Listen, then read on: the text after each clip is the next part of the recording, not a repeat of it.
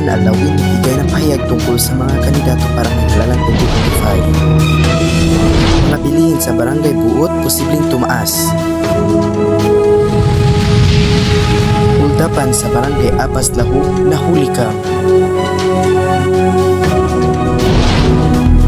Barangay Buot, Cebu City nakaranas ng malaking pagbaha.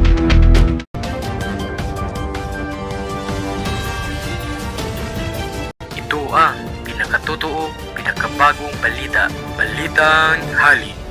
Magandang tanghali, Pilipinas!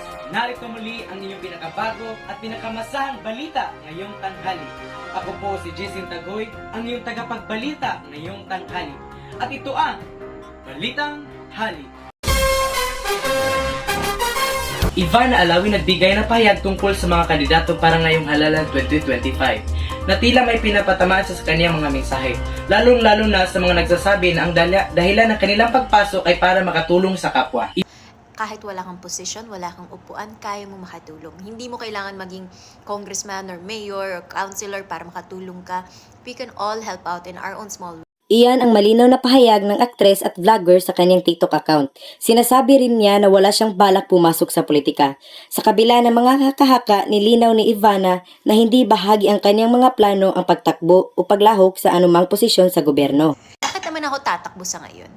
Wala akong alam sa politics, wala akong alam sa paggawa ng batas, and siguro kung papasok man ako sa ganyan, dapat mag-aral man lang ako ng 3 to 4 years. Because I don't want to put our country at risk. Bukod dyan, nagbigay rin si Ivana ng payo sa kanyang mahigit 40 millions na followers na huwag gawing batayan ang kasikatan pagdating sa pagpili ng mga kandidato. Ay, sexy kasi siya. Ay, maganda siya. Ay, gwapo siya. Ay, sikat siya. Napanood ko siya. Dapat hindi ganun. Dapat, ay may tiwala ko sa kanya. Alam ko may magagawa siya para sa Pilipinas. Magaling yan. Dapat ganun. Sa huli, bagamat walang direktang tinutukoy kung sino, nagpaalala lang si Ivana sa mga naghain ng kanilang Certificate of Candidacy na ibigay ang kanilang buong serbisyo at huwag gawing racket ang pagpasok sa politika. Ito si Jason Tagoy, nagbabalita. Ayon sa ulat, posibleng tumaas ang mga bilihin sa Barangay Buot dahil sa pagbago-bago ng klima. Para sa buong detalye, narito si Sheila May Lapitan. Sheila. Marami ng residente ang nagrireklamo na ngayon dahil sa pagpatuloy na pagtaas ng mga pangunahing bilihin, kagaya na lamang ni Ate Charito. Magandang umaga, Ate Charito.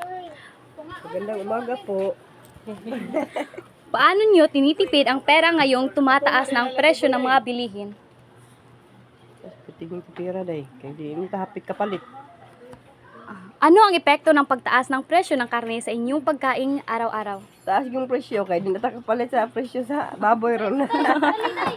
Ayon sa Department of Agriculture, nagsasagawa na sila ng mga hakbang upang maibsan ang pagtaas ng presyo.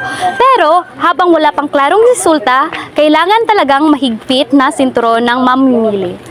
Balik sa iyo, Giselle. Maraming salamat, Sheila May Lapitan. Isang huldapan ang naganap sa Sitio Anagan, Barangay Lahug, Cebu City, kung saan ang isang lalaki ay nagpanggap bilang isang mamimili. Para sa buong detalye, narito si Ariel Nakwa. Ariel? Salamat. Isang lalaki ang nagpanggap na bibili sa isang tindahan dito sa Anagan, Barangay Apas. Nang makahanap ng tiempo, bigla niyang inilabas ang kanyang baril at itinutok sa tindera. Agad ditong kinuha ang 3 cellphone ng mga tao sa loob at ang isang malaking pera. Sa mabilis na aksyon ng mga otoridad, nahuli ang suspek ilang oras matapos ang insidente.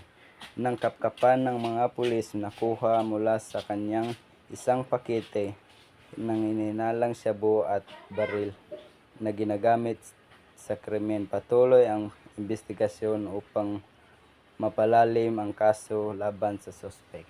Maraming salamat, Ariel Nakwa. Noong Bernes, ilang mag-aaral sa Dr. Emilio Osmeña Senior Integrated School ang hindi nakauwi sa kanilang mga bahay dahil sa malaking pagbaha dulot ng malaking pag-ulan. Para sa buong detalye, narito si Bibi Joy Cabrera. Bibi Joy? Dahil sa matinding pag-ulan nung nakaraang Bernes, nagkaroon ng malaking pagbaha kaya't maraming estudyante ang hindi agad nakauwi sa kanilang mga tahanan. Ang iba sa kanila ay natrap at wala pang matutuluyan, kaya't kinailangan nilang maghintay hanggang sa bumaba ang baha. Alauna ng umaga na sila nakatawid sa baha pero malalim pa rin ang baha na umabot hanggang bewang ng mga tao. Ngayon, may mag-aaral tayong tatanungin kung ano ang naging karanasan nila. Ano ang naramdaman mo nang matrap ka sa gitna ng pagbaha? Kami ay nakaramdam ng gutom at pagod dahil wala kaming mauuwi na bahay. Paano ka naka-adjust sa ganitong sitwasyon? Kami ay dadaan sa mga bukirin. Maraming salamat sa iyo, Iha. Back to you, Jisen. Maraming salamat, Baby Joy Cabrera. Magandang tanghali, Pilipinas! So mabilis ang chikahan muna tayo dito sa Showbiz Happening. We are pregnant. Yan ang panibagong milestone na ibinahagi ni Chris Bernal at ng kaniyang husband. Wala pang sinasabing gender reveal pero ang wish daw nila ay Gusto niya rin ng girl kasi gusto niya ng mini version ko. at yan ang update sa ating showbiz happening.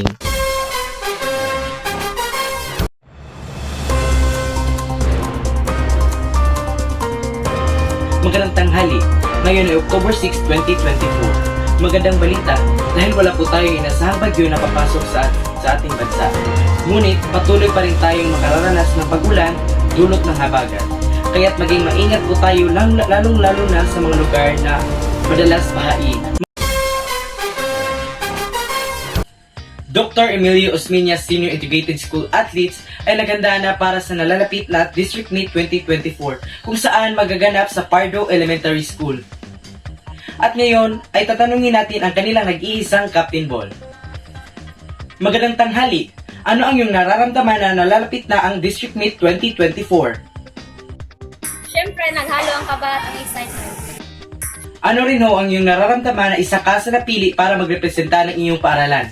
Kaya sa pakiramdam dahil isa ako sa nagrepresenta ng aming paaralan. Maraming salamat!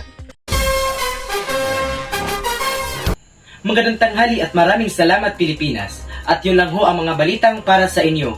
Ako po si Jason Tagoy, ang iyong tagapagbalita ngayong tanghali. 69 days na lang, Pasko na!